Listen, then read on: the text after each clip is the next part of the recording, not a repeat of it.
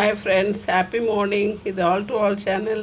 எல்லாம் எப்படி இருக்கீங்க பாருங்கள். நான் இன்றைக்கி காட்டில் மீன் வாங்கி நல்லா கழுவி க்ளீன் பண்ணி வச்சுருக்கேன். இதை நம்ம குழம்பு செய்வோம். இந்த குழம்பு எப்படி செய்யலான்னுட்டு பார்க்கலாம் வாங்க ஃப்ரெண்ட்ஸ். பாருங்கள் ஃப்ரெண்ட்ஸ், இப்போ கொஞ்சம் நல்லெண்ணெய் ஊற்றிருக்கேன். ஒரு 4 ஸ்பூன் நல்லெண்ணெய் ஊற்றிருக்கேன். இதில் கொஞ்சம் சீரகம், சோம்பு, மிளகு எல்லாமே ஒரு 1/2 ஸ்பூன் எடுத்து வச்சுருக்கேன். இப்போ இதோடவே கொஞ்சம் சின்ன வெங்காயம், ஒரு 20 சின்ன வெங்காயமும் கொஞ்சம் பூண்டையும் போட்டு இதோட நல்லா வதக்கிக்கிடலாம். பாருங்க ஃப்ரெண்ட்ஸ், இப்போ நம்மளுடைய மிளகு, சீரகம், சோம்பு, பூண்டு, வெங்காயம் எல்லாம் நல்லா வதங்கிடுச்சு. இப்போ இதுக்கு நம்ம மசாலாங்க போட்டுக்கலாம். ஒரு 1/2 ஸ்பூன் மிளகாத்தூள், பின்ன ஒரு 1/4 ஸ்பூன் தனியாத்தூள், குழம்பு மிளகாத்தூள் ஒரு 2 ஸ்பூன்.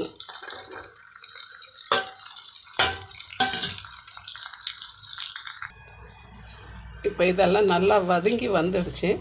நான் ஒரு 1/2 மூடி தேங்காய் நல்லா திருவி வச்சுருக்கேன். அதையும் இதிலே போட்டு வதக்கிடலாம்.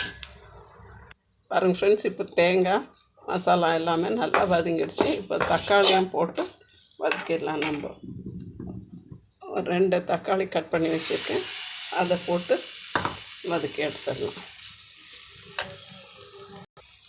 இப்போ இதெல்லாம் நல்லா சேர்ந்து வதங்கிடுச்சு. நம்ம இதுக்கு தேவையான உப்பு போட்டுடலாம். எல்லாம் போட்டு நல்லா வதக்கிக்கலாம். பாருங்கள், இது நல்லா வதங்கி வந்துடுச்சு. இப்போ கொஞ்சம் இதை ஆற வச்சுட்டு நல்லா மிக்சியில் போட்டு நல்லா மையை அரைச்சிட்டு வந்துடலாம். இப்போ பாருங்கள் ஃப்ரெண்ட்ஸ், நான் ஒரு 4 டேபிள் ஸ்பூன் அளவுக்கு எண்ணெய் ஊற்றிருக்கேன். இப்போ இதில் கத்திரிக்காய் கட் பண்ணி வச்சுருக்கேன். அந்த கத்திரிக்காயை போட்டுக்கலாம். இப்போ பாருங்கள், கத்திரிக்காய் கொஞ்சம் நல்லா அந்த எண்ணெயிலே வதங்கி வந்துடுச்சு. இப்போ நம்ம இதோட கொஞ்சம் வெங்காயம் சேர்த்துடணும். ஃபஸ்ட்டு வெங்காயம் போட்டால் வெங்காயம் தீஞ்சிடும். அந்த கத்திரிக்காய் எண்ணெயிலே வதங்கினாக்கா நல்லாயிருக்கும். அந்த வெங்காயமும் ரொம்ப வதங்க வேண்டாம், கொஞ்சம் வதங்கினா போதும். இப்போ கொஞ்சம் நடுவில் ஒரு 1/2 ஸ்பூன் வெந்தயம் சேர்த்துக்கணும். மீன் குழம்புக்கு வெந்தயம் ரொம்ப நல்லாயிருக்கும்.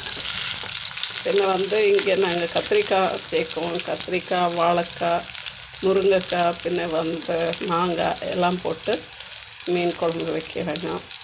ஒரு வாட்டி அதாவது தனித்தனியாக ஒரு முறை கத்திரிக்காய் போட்டு, ஒரு முறை முருங்கைக்காய் போட்டு வைக்க வேணும். ஒரு முறை மாங்காய், வாழைக்காய், மாங்காய் எல்லாத்தோடும் சேர்த்துக்கிடுவோம். வேறு காய்ங்க தனித்தனியாக போடுவோம்.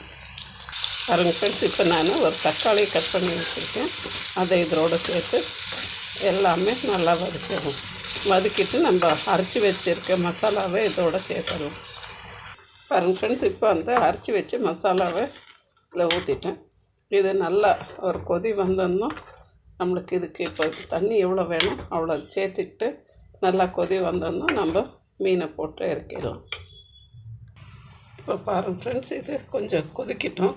கூடவே நான் இது மறந்துட்டேன், புளி ஒரு சின்ன எலுமிச்சங்காய் அளவுக்கு புளி கரைச்சி வச்சுருக்கேன். இதையும் இதில் ஊற்றிடுறோம்.